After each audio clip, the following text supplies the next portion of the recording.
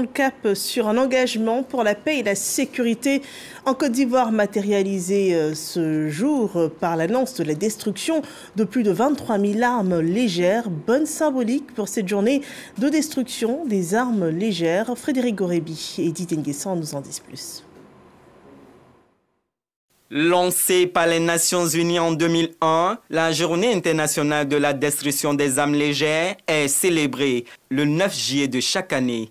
Cette journée met en lumière l'importance de la destruction des armes légères pour la construction de la paix. À l'instar des autres nations du monde, la Côte d'Ivoire commémore cette journée afin de réaffirmer son engagement envers la promotion de la paix, de la stabilité mondiale et de la sécurité humaine. Ce moment de célébration et de mobilisation collective nous rappelle une vérité fondamentale.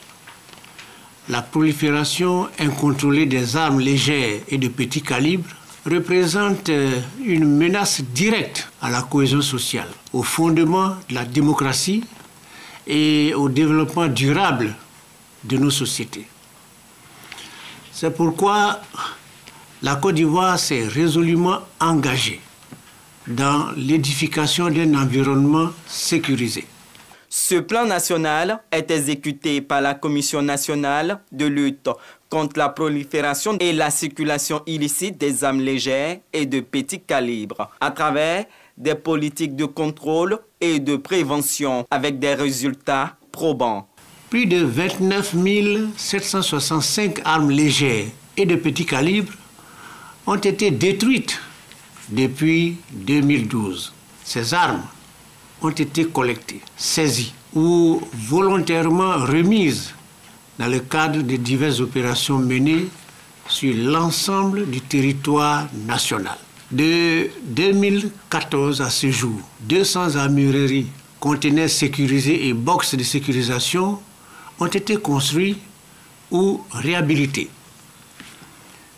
Ces infrastructures garantissent le stockage sûr et sécurisé des armes détenues par nos forces en parfaite conformité avec les normes et standards internationaux.